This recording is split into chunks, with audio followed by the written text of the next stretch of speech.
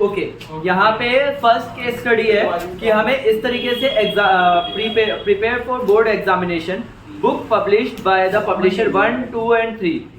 रचना सागर के 3 पब्लिशर है जो तीनों ने अपनी अपनी बुक पब्लिश करी है।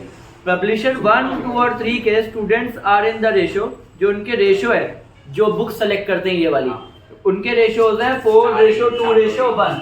मतलब बेसिकली जो रेशो है वो एक तरीके से E1, E2 और E3। तो E1 का रेशो है 4 रेशो, तो रेशो जो भी होता है 4 में 4 + 2 + 1, इस तरीके से PE2 निकालना है। तो 4 2 6 और 1 7, तो 2/7 हो जाएगा ये, और PE3 हो जाएगा, वो कितना हो जाएगा 1/7। ये तीनों ठीक है, वो क्लिक हो रहा है।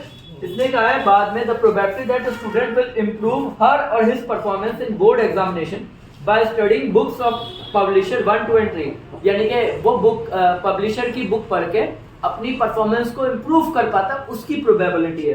तो ए का मतलब improvement in performance, improvement in performance.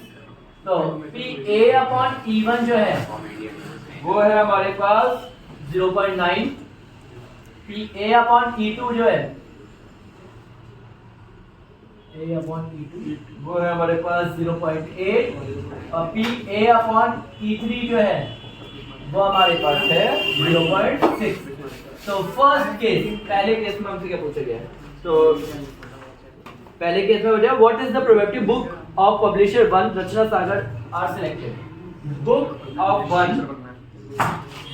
1 Rachna Sagar establish. तो फर्स्ट की प्रोबेबिलिटी दिख रही है 4 में 7। क्लियर। दूसरा, what is the probability that book of publisher 3 Y selected and performance is improved in board. तो बुक 3 की परफॉर्मेंस इंप्रूव होने वाला 1.7 1/7। इससे एक चीज, what is the probability that है 0.6 आएगा इसका 0.6। एक मिनट है कहां पर A/B 0.6 PA/में E3। डन। नेक्स्ट पूछा गया if it known that performance is improved. ये है बेस थ्योरम। जब भी वो नोन और ऐसी बातें करता है कि आपको जैसा पता है इंप्रूव हो गई है performance, what is the probability book publisher 2 से आई हो। तो थर्ड में पूछ रहा है PE2 में A। तो अरविंद फॉर्मूला क्या होगा PE2 का? PE2 पहले बोल PE2, फिर इसको पलट के बोल भाई PA/E2। Very good. अपॉन में पहले भाई PE2 से पहले कौन आएगा? भाई E1, E2, फिर PA/E1, फिर ऐसी। फिर PE2, फिर PA/E3। अब कैसे आ रहा है? भाई वो तो लॉजिक, क्योंकि कभी ना कभी तो पढ़ा है बेटा। अगर तूने कभी ना पढ़ा हो ना तो तू कभी बता ही ना पाएगा। कुछ समझ में आ रहा है? प्रैक्टिस करेगा तो तुझे पुरानी यादें वापस याद आ जाएगी। वरना हनुमान जी जैसा बिहेव करना है कर सकता है, मगर उन्हें सही टाइम पे शक्तियाँ याद तो दिलवाई गई। सही टाइम कितने दिन है? 7 दिन। उनको तो एक ही शाम में याद दिला दी गई। कूदो लंकावरी सामने। 7 के बाद कोशिश करेगा 10 तक याद आ जाएगी। हाँ सही। फिर तो अग्नि परीक्षा होगी वो तो दूसरी वाली में। चलो वैल्यूज डाल लो बच्चों। वैल्यूज डाल के मैं आंसर्स क्रॉस चेक कर देता हूँ क्योंकि इतना टाइम लगेगा। आंसर आ जाएगा 8/29। और ऐसी थर्ड का और वाला जो पार्ट है, थर्ड का और वाला, उसमें बोल रखा है what is the probability that student selected book publisher 1, यानी कि PE1 में A। Same formula, same type का फॉर्मूला, E1 वाले ऊपर रहेंगे और फाइनल आंसर आपका आएगा कितना है? 18/29। ठीक है, मैं आपको दोनों आंसर्स क्रॉस चेक करा रहा हूँ। अगर आपका अभी आंसर ना आए तो हम लोग इसको सॉल्व करके भी देखेंगे। अगर ये नहीं आता वैल्यूज पुट करके, अरे क्यों मुझे तेरी शक्ल देख के लग रहा है तू ये भी नहीं कर पाएगा, मैं कर दूंगा, मुझे कोई दिक्कत नहीं बेटा। आगे बढ़ते हैं। Question number 37, second case study पे आते हैं। केस स्टडी नंबर 2, इसने बोला है इन अ 400 मीटर रेस, 400 मीटर की रेस है, जो एथलीट हैं जो भाग रहे हैं, एक मीका सिंह है और एक ऑस्टिक डेविड है, are running on track along the line, दोनों लाइंस को भाग रहे हैं। Cartesian equation along the line Mika Singh is running, Mika Singh वाली को कार्टेशियन इक्वेशन बनानी है। 3i प्लस 2j माइनस का 4k प्लस का लैम्डा, यहाँ पे आया i प्लस का 2j प्लस का 2k, करेक्ट? ये सबको दिख रहा है? कौन सी फॉर्म है ये? वेक्टर फॉर्म, वेक्टर फॉर्म है, वो भी किसकी? मीका सिंह की, खास सिंह। ठीक है, मीका सिंह की। अब मीका सिंह की कार्टेशियन फॉर्म बनानी है। कार्टेशियन फॉर्म बनाने के लिए हमें क्या करना है? x माइनस, अब जो a वेक्टर है वो आते हैं x माइनस 3 अपॉन में 1, दूसरा है y माइनस 2 अपॉन में 2, और तीसरा है z माइनस माइनस प्लस का 4 अपॉन में 2। Cartesian form done, all set, Cartesian form आ गई। नेक्स्ट आता है what, find the direction cosine of ऑस्टिक डेविड। अब ऑस्टिक डेविड की वो दूसरी फॉर्म बतानी है, वो डायरेक्शन कोसाइन बनानी है।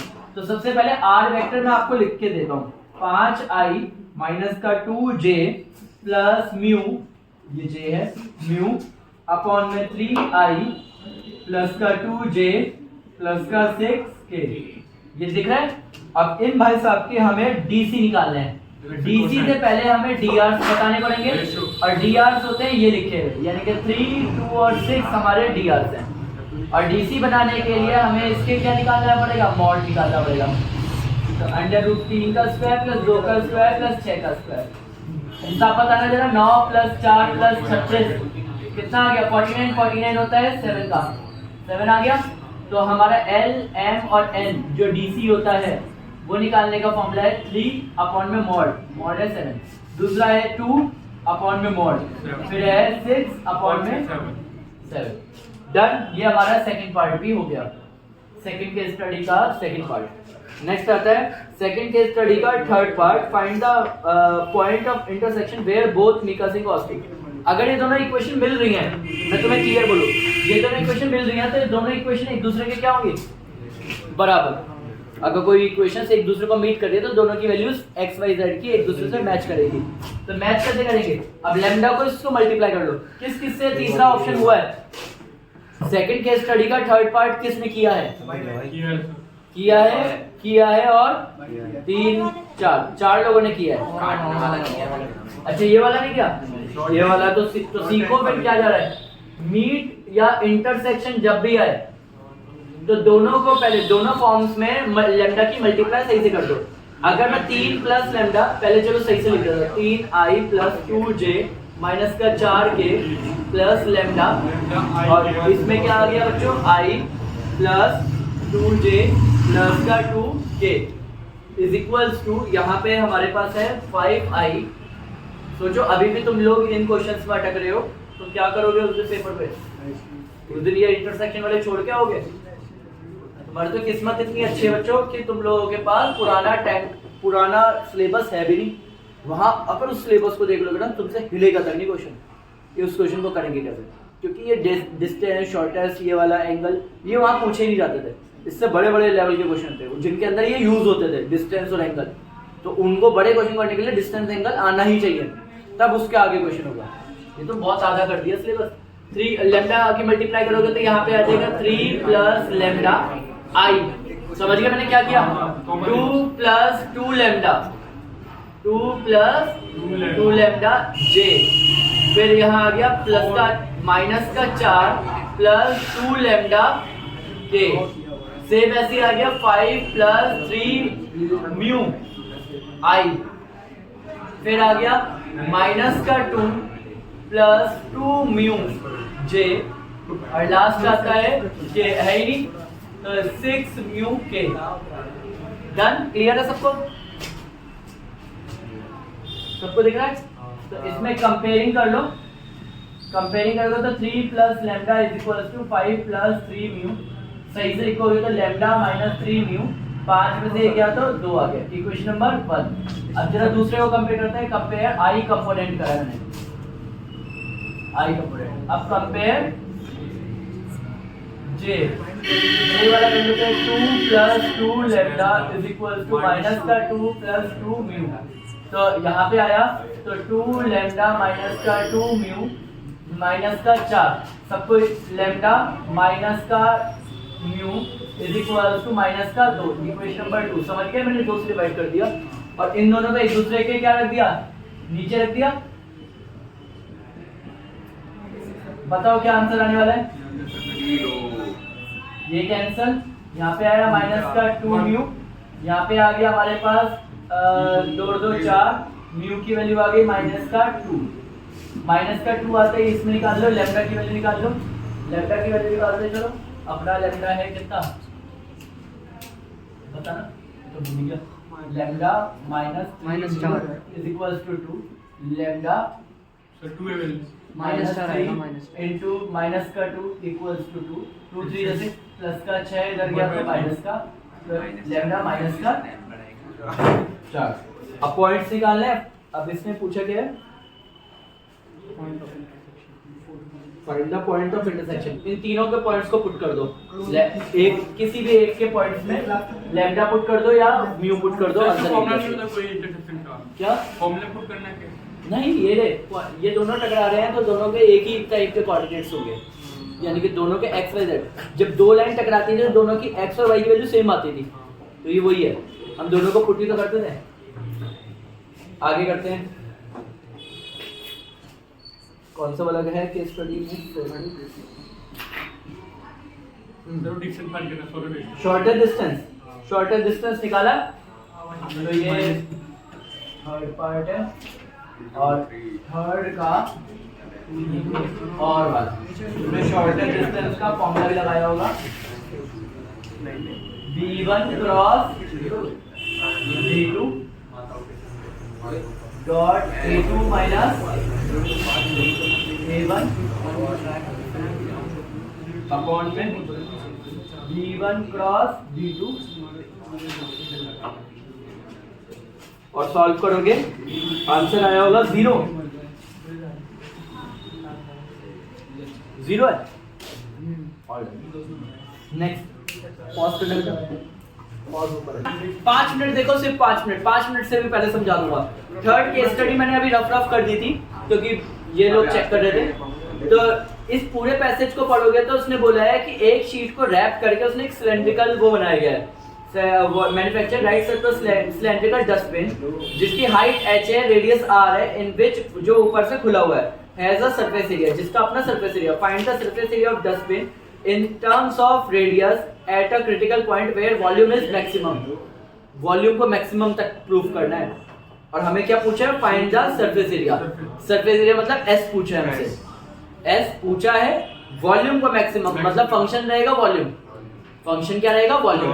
आपको कैसे पता लगेगा पेपर में किस चीज को फंक्शन है, जिस चीज को मैक्सिमम, मिनिमम, लीस्ट या मैक्सिमम क्या बोलते हैं इंक्रीज करना है, ये सारे क्वेश्चंस में उन चीजों को फंक्शन मान रहे हैं क्योंकि उन्हीं को बढ़ना और घटना देखना है। तो बढ़ना और घटना वही देख सकता है जिसको डिफरेंशिएशन करना होगा। तो अब आते हैं यहाँ पे, हमने फॉर्मूला लिखा, वॉल्यूम का फॉर्मूला होता है पाई आर स्क्वायर एक्स, और आर और एक्स दोनों कैपिटल लेटर्स में बोल रखा है मैंने वही लिया। दूसरा आता है सरफेस एरिया का फॉर्मूला। सरफेस एरिया में डस्टबिन का सी से निकलेगा प्लस उसका ढक्कन नीचे वाला, ऊपर वाला तो खुला हुआ है, नीचे वाला जो बेस है वो निकलेगा। तो याद रखना है ये है सी और ये है उसका बेस, ठीक है, ये है उसका बेस। आई थिंक शायद इसमें थोड़ा सा ऐसे, अब ठीक है पूरा आ रहा है, यहाँ नीचे तक आ रहा है ना, और नीचे करते हुए अब ठीक है ना। हाँ से माइनस टॉप भी तो कर सकते हैं, क्या क्या ts से माइनस टॉप, और क्यों लंबा कर रहा है, कर करेगा तो भी माइनस करके ही आएगा क्योंकि 2 पाई आर स्क्वायर लगाएगा उसमें तो माइनस 1 पाई आर स्क्वायर करेगा तो घूम फिर के यही आ जाएगा। सर सी से प्लस अगर आ गया है तो आया यहाँ तक, मैंने तो टॉप वो ts से माइनस हो गया टॉप करा है ना, कोई दिक्कत नहीं है। फॉर्मूला तो लिखा होगा ना, फॉर्मूला लिखते ही कट के वापस यही बनेगा।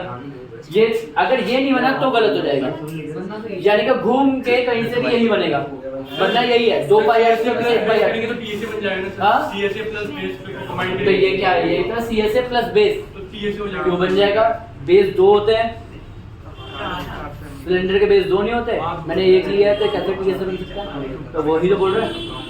नेक्स्ट पूरा निकाला, इसमें से किसकी वेरिएबल की वैल्यू निकाली, एच की, आप आर की भी निकाल सकते हो, आर और एस दोनों वेरिएबल है और दोनों में से किसी पे भी एक की निकालो, एक की वैल्यू को वॉल्यूम में पुट कर दो, क्योंकि यही भाई साहब अब हमारे क्या काम करेंगे, फंक्शन, यही भाई साहब फंक्शन है, इसी को डिफरेंशिएट करूंगा, एफ डैश एक्स यही है, और एक्स नहीं है, ये किसका फंक्शन है, आर का, तो फंक्शन आर का चल रहा है, आर का फंक्शन है, इससे डिफरेंशिएट भी किसके रिस्पेक्ट में किया, आर के, वैल्यूज रखने के बाद मैंने इसे थोड़ा सा काटा पीटा और फिर इसको निकालने के बाद डिफरेंशिएट कर दिया, 1/2 एस आर, आर के रिस्पेक्ट में चल रहा है तो एस ऐसे ही छूट जाएगा, एस कांस्टेंट है, जिस चीज को पूछा जाएगा फिक्स है वो फिक्स है और कांस्टेंट चीज है, आर क्यूब का डिफरेंशिएशन 3r स्क्वायर, वैल्यूज को लिखा यहाँ पे लिखा, ये माइनस का उधर गया तो प्लस का, डिवाइड का, मल्टीप्लाई, सॉल्व किया, अगेन डिफरेंशिएट किया, हमारे पास कैसा आया यहाँ पे माइनस का, माइनस का आता ही हमारे पास ये आ गया, और माइनस नेगेटिव का मतलब 0 से छोटा, जो लोग ये नहीं प्रूफ करेंगे उनका मैक्सिमम नहीं प्रूफ हो सकता, एक नंबर काट लेगा, मैं पहले बोल रहा हूँ, तो एक नंबर बचाना है तो मैक्सिमम प्रूफ करके दिखाना पड़ेगा, शायद अभी जिसने किया उसने नहीं किया है प्रूफ, है ना, अच्छा ठीक है, ये आ गया। अब इसके बाद आते हैं आगे, मैक्सिमम प्रूफ करने के बाद आप इक्वल टू 0 लोगे, पहले भी 0 लोगे तो माइनस का उधर गया तो प्लस का, 2 तो पहले ही हट चुका है डिवाइड का, तो हमारे पास सरफेस एरिया आ गया हमारे पास 3 पाई आर स्क्वायर, हमसे यही पूछा गया था what is the surface area, तो मैंने दोनों पार्ट को कंबाइन में कर दिया है पूरे स्टेप्स के साथ, एक्चुअल में ये क्वेश्चन वही है जो हमें याद भी है, ये उसी चैप्टर से बिलोंग करता है जिसका कल डब्बा खेल रहे थे, परसों खेल रहे थे, कल